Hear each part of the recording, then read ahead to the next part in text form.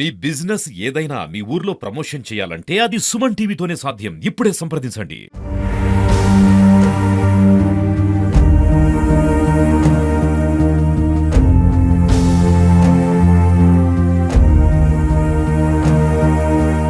కాలం మారింది, రోజులు మారాయి, తినే తిండి మారింది, తాగే నీరు మారింది.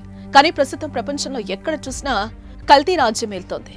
ఏది తిందామన్నా అందులో ఏదో రూపంలో కల్తీ కలుస్తోంది.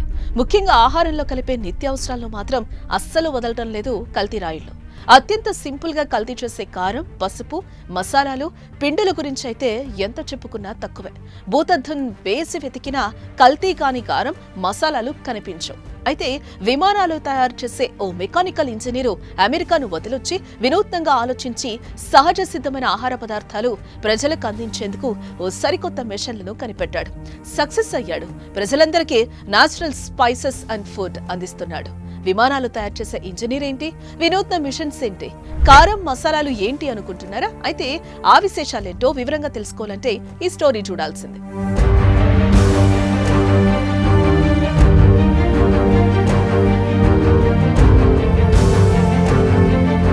తెలంగాణ రాష్ట్రంలోని సూర్యాపేటకు చెందిన పోషం సైతులు పద్మావతి దంపతులకు జన్మించిన సంతోష్ కుమార్ అనే యువకుడు చిన్ననాటి నుంచి కష్టపడి చదివి మెకానికల్ ఇంజనీర్ అయ్యాడు.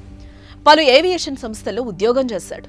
అమెరికాలో 5 ఏళ్లు విమానాల తయారీలో పాలు పంచుకున్నాడు. అయితే చిన్నప్పుడు కుటుంబ పోషణ కోసం తల్లిదండ్రులు ఇంట్లో పిండిగిరిని, రోకళ్లతో దంచే కారం మిల్లు నడిపించేవారు.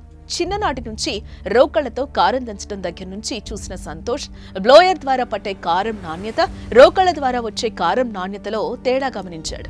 రోకళ్లతో దంచే కారం చాలా కాలం తాజాగా నిల్వుంటుందని గ్రహించాడు. అయితే రోకళ్లతో దంచుతుంటే అక్కడుండే మనుషులు ఇబ్బంది పడుతూ ఉండటం చూశాడు. తన తల్లి కంట్లో కారం పడటం, శరీరం మంట పుట్టడం వంటి విషయాలను స్వయంగా తెలుసుకున్నాడు. తను దీనికి ప్రత్యామ్నాయ మార్గం చూడాలనుకున్నాడు. చిన్ననాడే ఆ విషయాన్ని మనసులో పెట్టుకున్నాడు. తన తల్లికి కలిగిన బాధ మరొకరికి లేకుండా చూడాలని అనుకున్నాడు. మెకానికల్ ఇంజనీరింగ్ పూర్తి చేశాడు. విమానాల తయారీలో ఉద్యోగం వచ్చింది. అమెరికా వెళ్ళాడు. 5 ఏళ్లు ఉద్యోగం కూడా చేశాడు. ఉద్యోగం నేను 2008లో మొదలెట్టాను. 2008 నుంచి 2019 వరకు చేశాను. ఈ మధ్యలో దాదాపు 6 to 7 years నేను అమెరికాలో ఉన్నాను. సో ఇందులో ఇంకొకటి ఏంటంటే నేను వర్క్ చేసేది విమానాల కోసం. సో విమానాలు దాంట్లో తయారయ్యే పార్ట్స్ నేను డిజైన్ చేస్తాను. ఈ డిజైన్ చేసిన పార్ట్స్ని తర్వాత మ్యానుఫ్యాక్చరింగ్ చేసి విమానంలో ఫిట్ చేస్తారు. సో అది నా జాబ్. అయితే మారుతున్న కాలంలో తన ఇంట్లో వంటలకు, బయట వంటలకు విపరీతమైన తేడా గమనించాడు. కారణం కనుక్కున్నాడు.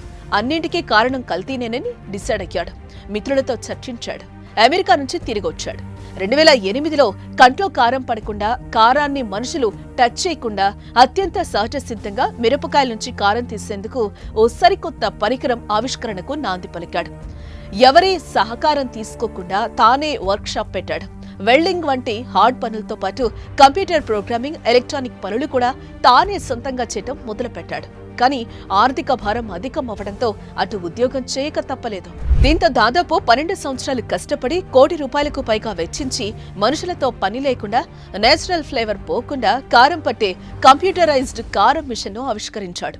అయితే 2019లో ఫైనల్ డిజైన్ ఇచ్చేందుకు ఉద్యోగం అడ్డొచ్చింది. దీంతో ఉద్యోగం మానేసి 2021లో మిషన్ పూర్తి స్థాయిలో వెలుగులోకి తెచ్చాడు. దీని మెయింటెనెన్స్ కానీ వర్కింగ్ కానీ చాలా ఈజీ అండి.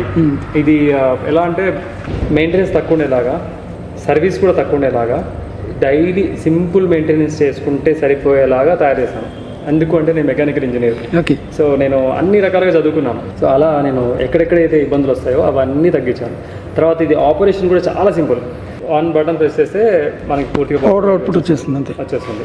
ఆ మిషన్ సక్సెస్ అవడంతో పసుపు, పిండి, మసాలాలు కూడా న్యాచురల్ గా అందించేందుకు మరో 2 మిషన్లు తయారు చేశాడు. ఇంట్లో అమ్మమ్మ ఎలా తయారు చేసేదో, నాన్నమ్మ ఎలా తయారు చేసేదో అదే పద్ధతిలో తయారయ్యి అంతే కాలం నిలువ ఉండేలాగా. ఇప్పుడు సంవత్సరం అయినా కారం ఖరాబ్ అయిపోయేది, పసుపు ఖరాబ్ కావద్దు. బట్ ఇప్పుడు మీరు పసుపు కానీ కారం కానీ ఏదైనా తీసుకోండి, 15 రోజుల నుంచి 1 నెలలోపే ఖరాబ్ అయిపోతుంది. దానికి ఉన్న క్వాలిటీస్ అన్ని 50% వెళ్ళిపోతున్నాయి. రీజన్ ఏంటంటే ఆ ప్రాసెసింగ్ మెథడ్లో సో అమ్మమ్మ చేసినట్టు నాన్నమ్మ చేసినట్టు చేయట్లేదు కాబట్టి దానికి ఇది అడ్వాన్స్ టెక్నాలజీ ఉపయోగించేసి అదే స్టైల్లో చేసిన మిషన్ ఇది. ఉన్నత చదువులు చదువుకున్న భార్య తేజస్వి వ్యాపార బాధ్యతలు చూసుకుంటోంది. Golden lady spices and foods పేరుతో మార్కెట్లోకి అన్ని రకాల దంచిన మసాలాలు, కారం, పసుపు తీసుకొచ్చారు. అయితే నేచురల్ ఫ్లేవర్ ఉండటం కారణంగా వీరి వస్తువులకు విపరీతమైన క్రేజ్ వస్తోందంటున్నారు సంతోష్ కుమార్. కస్టమర్స్ మా దగ్గర పర్చేజ్ చేసుకొని అంటే కారం కానీ పసుపు, పిండి ఇవి వాడిన తర్వాత వాళ్ళు చెప్పే ఫీడ్బ్యాక్ తోటి అవన్నీ నాకు చిన్నగా అనిపించాయి. ఓకే ఉంటుంది. ఇప్పుడు 3 years అయింది పెట్టి, చాలా మంచి రెస్పాన్స్ వచ్చింది.